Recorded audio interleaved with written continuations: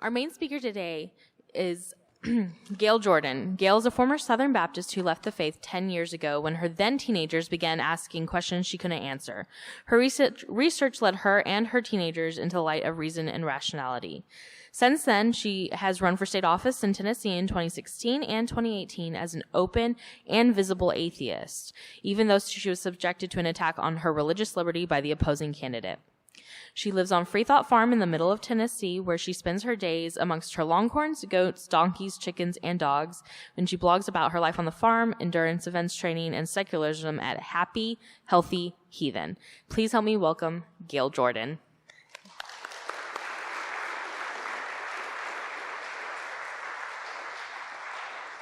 Thank you for that introduction. Good morning, Houston Oasis.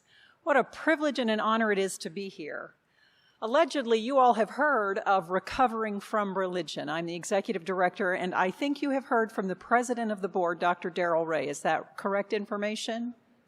If I were to ask you to associate one word with Dr. Ray, what would it be? I think I heard it. I heard it somewhere in the back. What's that?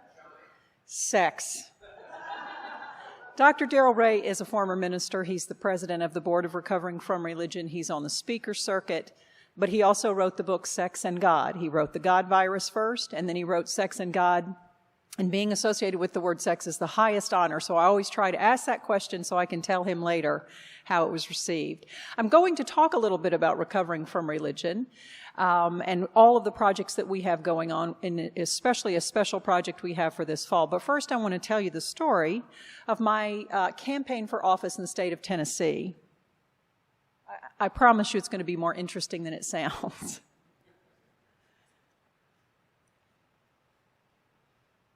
I had run for this office in 2016 in my little rural community in Middle Tennessee. It's a little 5-county district. I had run for state senate, and I got the same 35% of the vote that the other Democrats in the state of Tennessee had received. I think you all are in a similar situation here in Texas.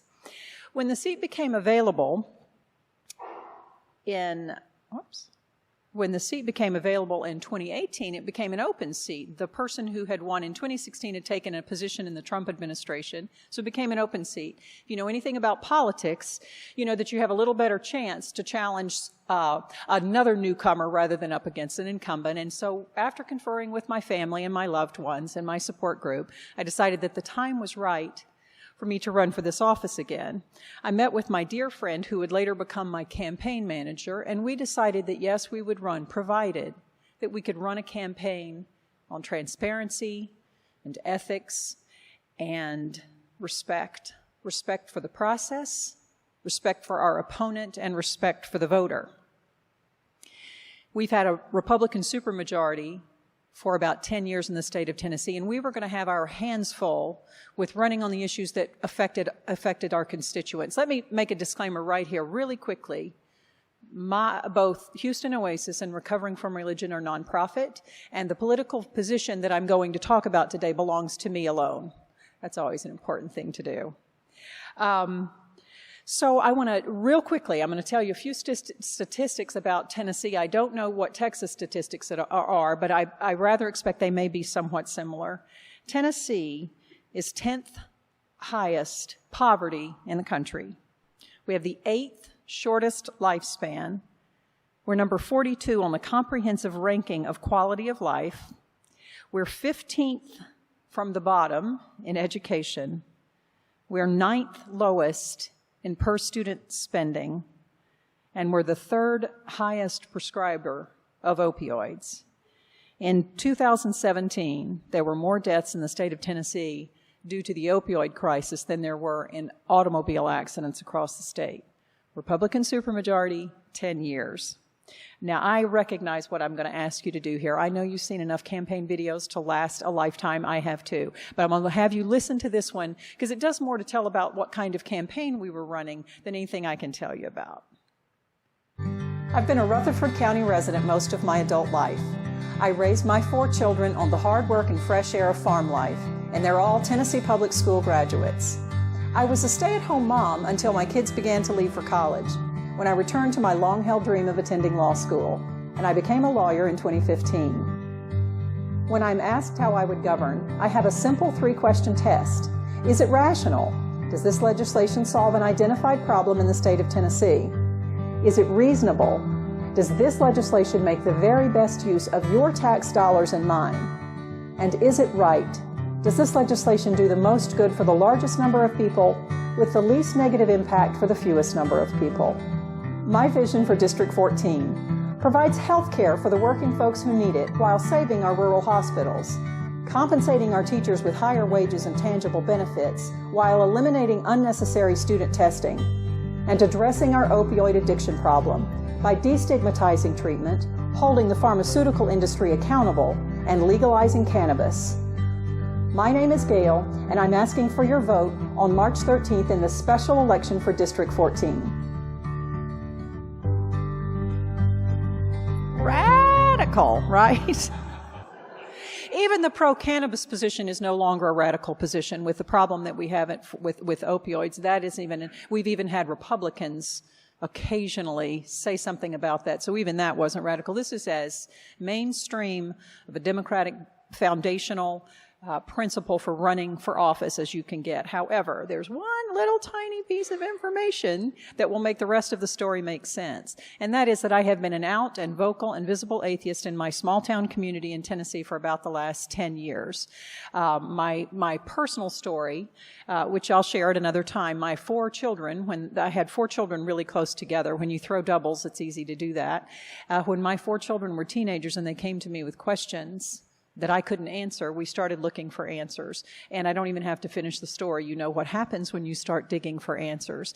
And so, because they were in public high school in Tennessee, it was starting to be obvious that we weren't attending church. And so the children, they were not as vested as I was, and they left first, and they left me home when they started leaving for college. And I struggled through my own deconversion process. And I started a freethinkers group in my small town because I lost my entire community, as we tend to do when we come out and leave our religion. So it was very obvious who I was. And while I wasn't going to campaign on this, I certainly had no interest in hiding from it and no ability to hide from it. So that's an important piece as you factor in what happened when we released this video. The Tennessee Republican Party lost its collective mind. For example, this fellow, and he's the one who gave me my badass nickname and title of, can I say badass? Can I say badass? I just said it.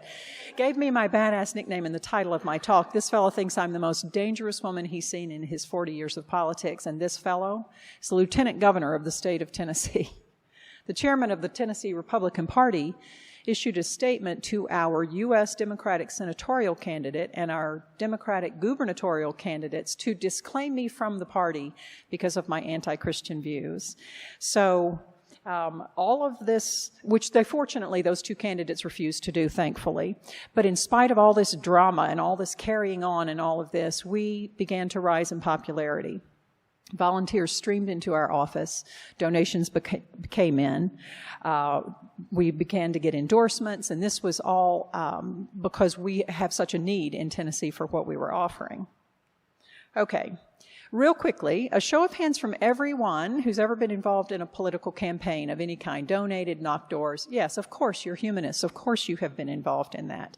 So you know what this is. This picture is a flyer. It's print media. And you would think in our technological age that these would be a thing of the past. They're expensive, they're cumbersome, but they're still a part of the process. They're expensive.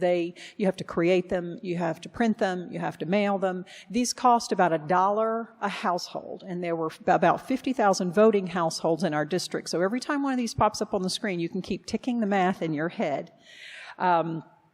Every time, though, that one of these flyers would go out, we would continue to surge in popularity. Folks would continue to show up at our office and come in.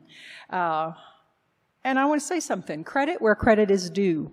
Kudos to the GOP bro who came up with the idea to combine the crazy aluminum foil hat with the pussy hat.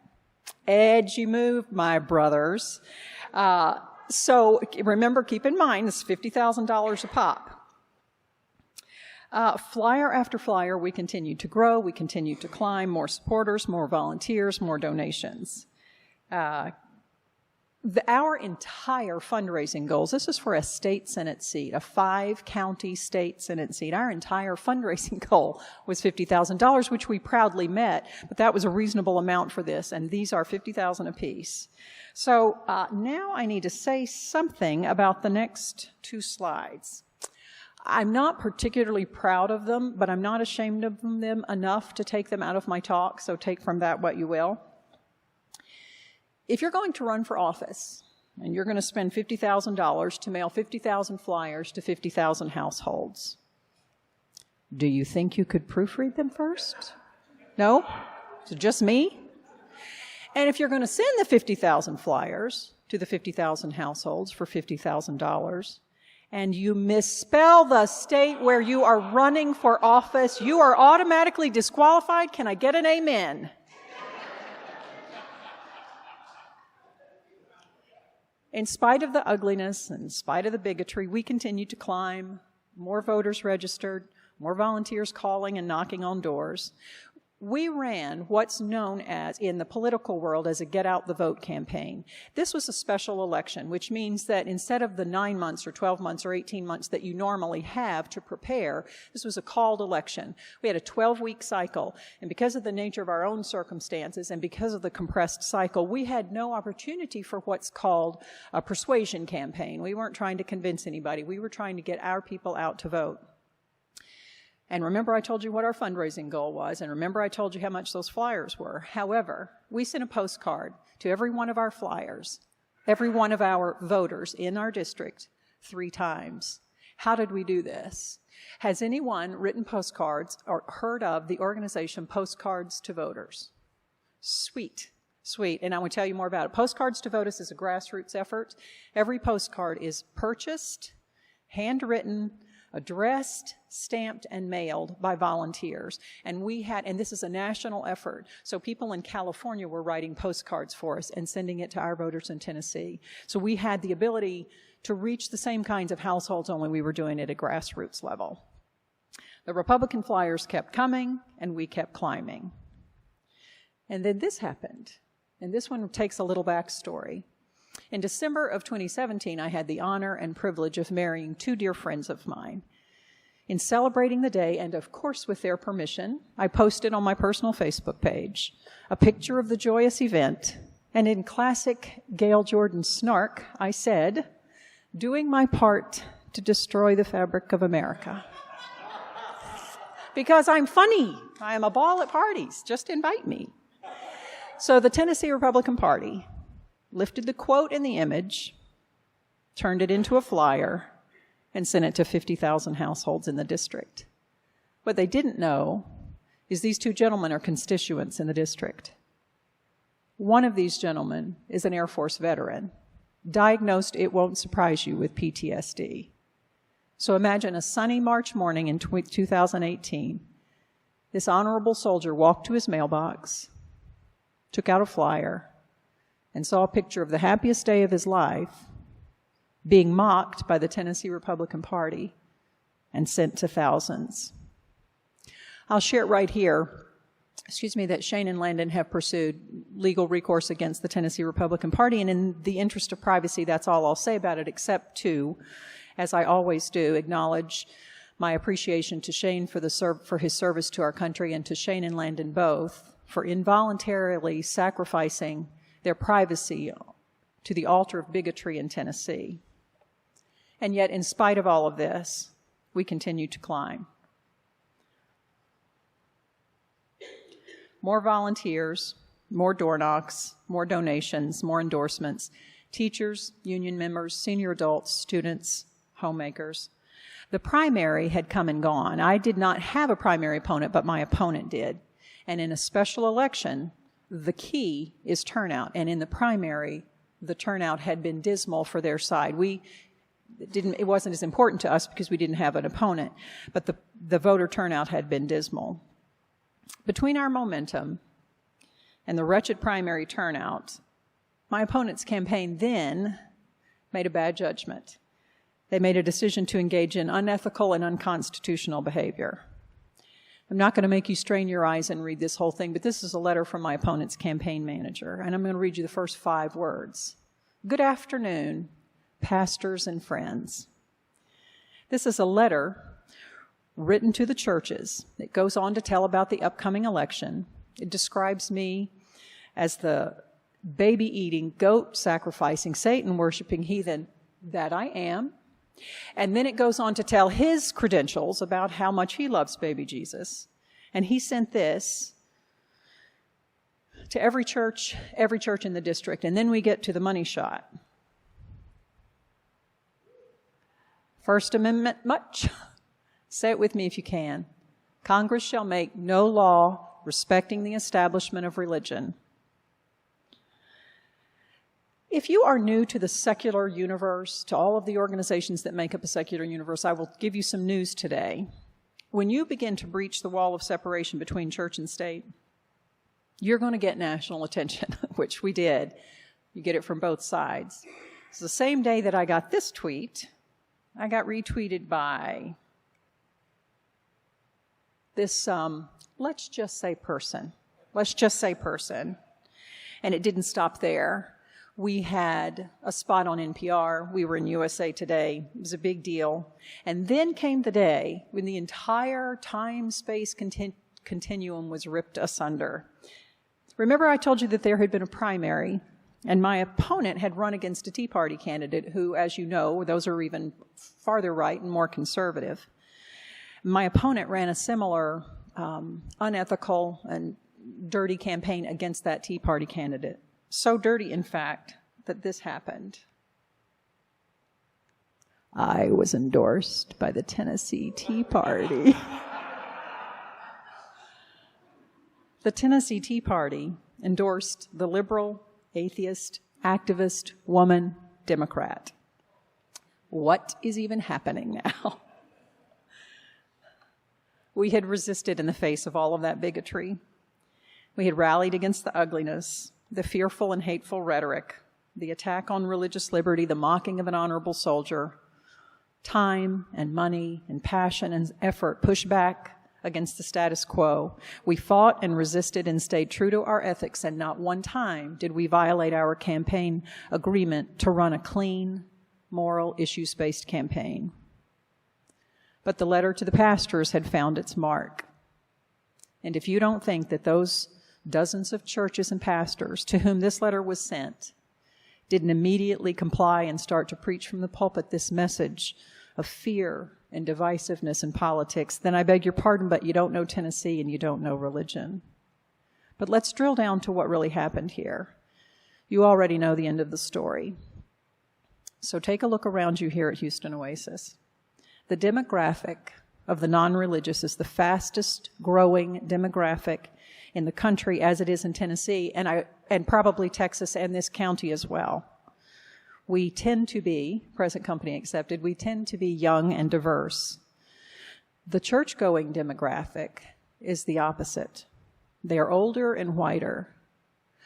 So this GOP candidate targeted this group of old white voters, enlisted the pastors to spread his message of the heathens are coming. This group of senior adults, terrified, went out and voted, just as he planned, and then they retreated back into their homes, locked their doors, more angry and more afraid and more isolated than they were before. And their children have no health care, and their grandchildren have no broadband in the rural schools, and their neighbors have no relief from the opioid epidemic through cannabis. And their local hospitals have closed because it can't operate without insurance reimbursement. And do you know the expression salt in the wound, or adding insult to injury? After he was elected, the Tennessee State Senate named him the Senate chaplain because, of course, Tennessee has something called a Senate chaplain. And in the proclamation, one of the reasons he was named this was, and you know I'm going to say it, wait for it, his strong defense of religious liberty. I'm not bitter. Not at all. This is my not bitter face. But the result of the election is obviously not the end of the story. It's not even close. It's only the beginning. But what do we do? Quit? Not run? Keep our beliefs a secret? What can we take away from this? I want to share with you what I think are the major takeaways. Number one, in March of 2018, thousands of Christian Democrats voted for an out, visible, open atheist. And this is Tennessee, where even our Democrats are moderates. They donated, they campaigned for, and they visibly supported, probably at risk of their status and some of their friendships and relationships, the open and visible atheist. Number two, we added not only to the local and state level, but to the national conversation about non-believers running for office that needs to happen over and over again at kitchen tables, at town halls, at community centers, in the media.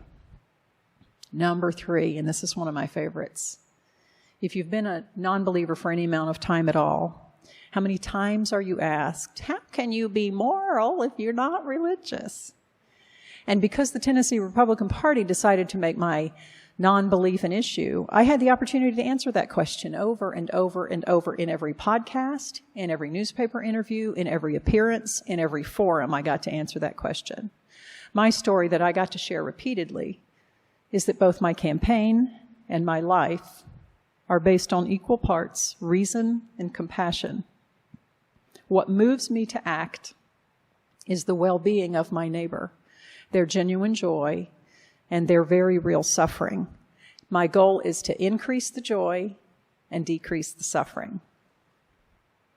Number four, one of the joys of the campaign was meeting fellow non-believers. Every time we made an appearance, and I could watch it happen, someone would come up to me, and they would shake my hand, and they would lean in, and I knew what they were going to say. I'm not a believer, but I'm not out. I'm not a believer, but I haven't told my parents. I'm not a believer, but I can't say so because of my job.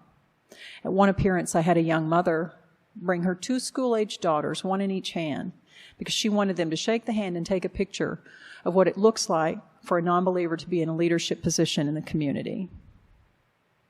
And number 5, and maybe this is the most important, a trail was blazed. The seal was broken. Never again could it be said, this is the first time an atheist has run for state office in the state of Tennessee. I have a farm, as you saw in the video, and you all know, you Texans know what a cattle path is, and so the visual I have in my head is that we laid down the grass for the people who come behind us. And while they may never be able to say again, this is the first time an atheist has run for office in Tennessee, they can say, this is the first time an atheist has run for office in Tennessee and won. So we circle back to the first question. Am I the most dangerous woman in Tennessee? My answer, it's not going to surprise you because I'm a lawyer, is it depends. It depends on what you're afraid of. If you're afraid of a woman who will stand before hundreds and call out your bigoted and unconstitutional behavior, if you're afraid of a woman who will speak for those without a voice, for the disenfranchised, the underserved, the neglected, the poor, and the sick, if you're afraid of a woman who will relentlessly stand upon American secular values of truth, justice, equality, tolerance, education, and religious freedom for all, then the answer to your question of whether or not I'm the most dangerous woman in Tennessee is, you bet your sweet ass I am.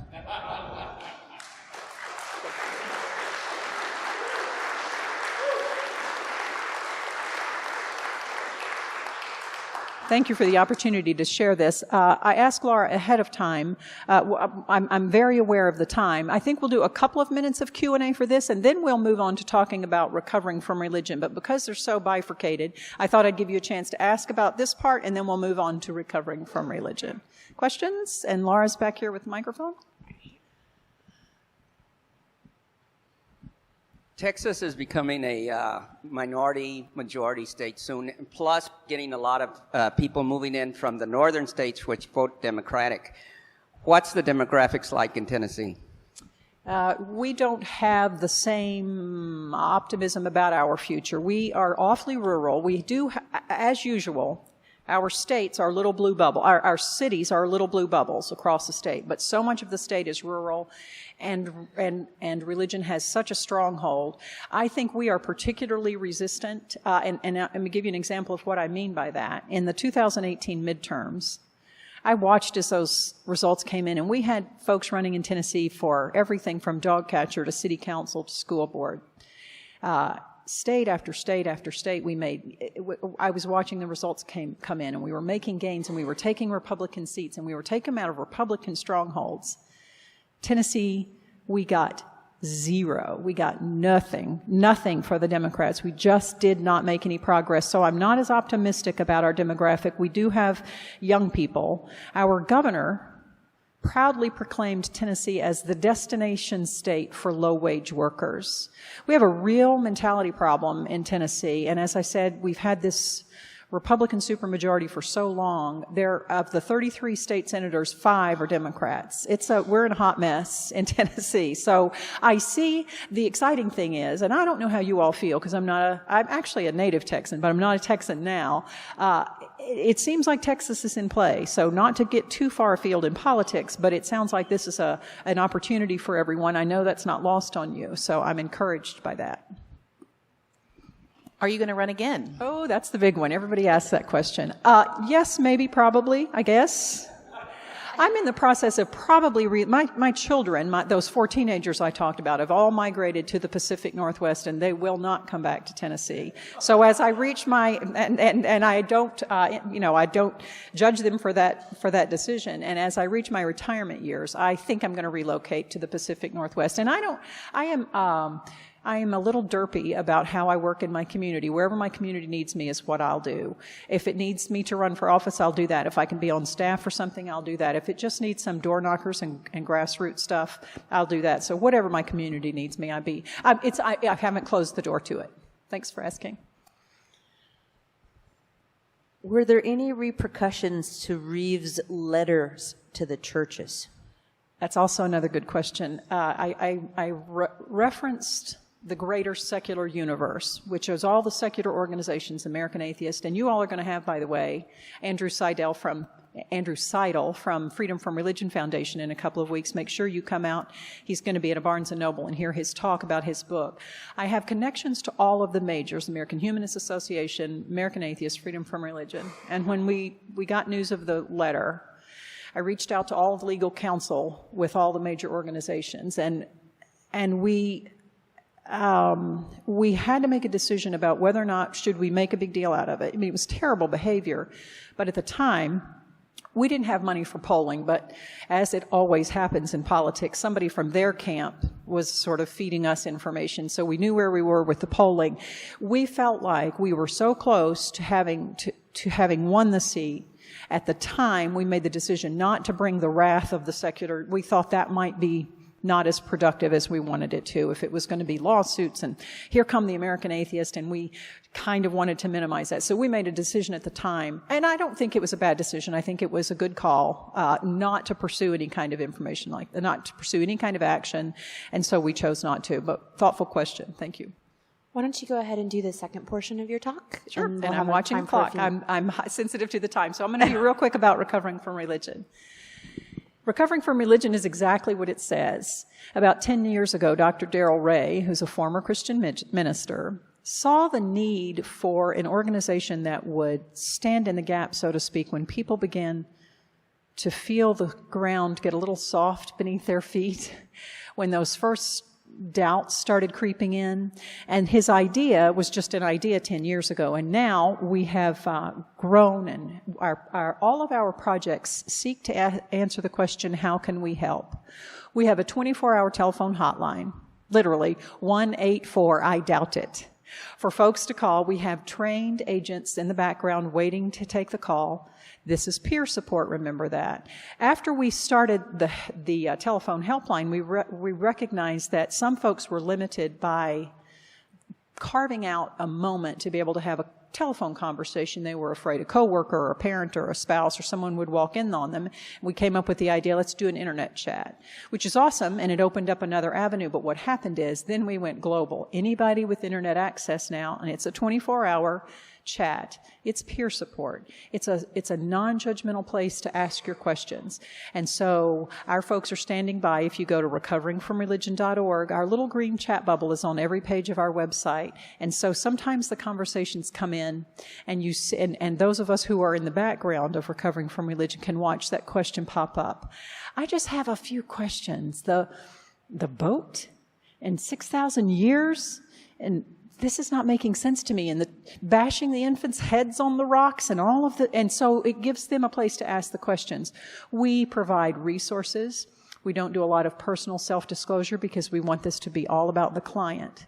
However, once again, in trying to seek how can we help and answer that question, because we don't do self-disclosure, there was a real need for these folks to be able to talk to people, especially folks that are in our isolated, more religious areas who were on a similar journey. So we created our online community. So now, pursuant to a chat or a phone call, they're welcomed into our online community where they self-select Baptist or Jehovah's Witness or maybe ex-military or whatever it is that is your corner of the world. They self-select those communities, and it's in there that they begin to build relationships and ask questions with folks who are on a same or similar journey.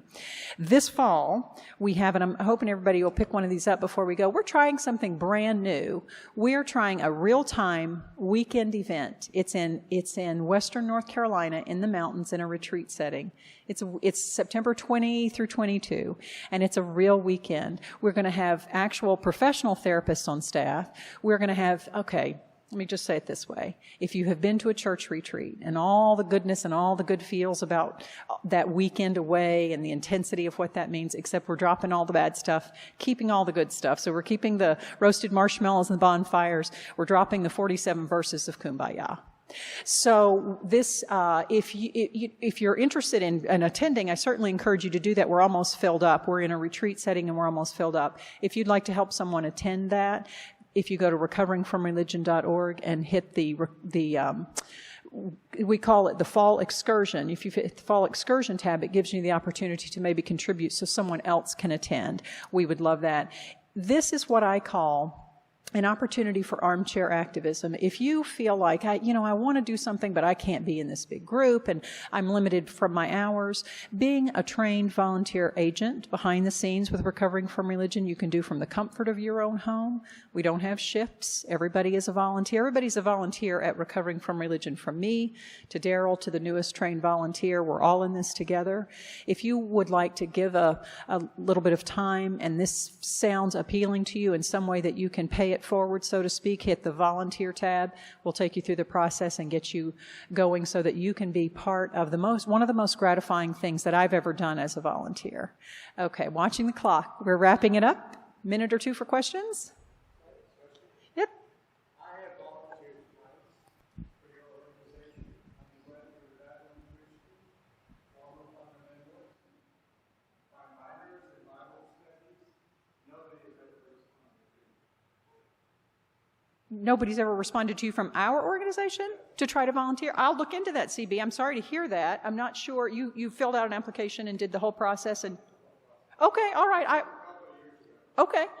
I'll look into that for you and see if I can't get that some kind of resolution to that, because we look for volunteers of all kinds because we run, we're 24 hours, we're in all the time zones. And so I'll look into it and see what slowed down the process. Thank you for telling me that. We're out of time for questions, but I believe Gayle will be joining us at Abdallah's for lunch today. So if you would like to, find her then and continue the conversation, please do so. Thank you.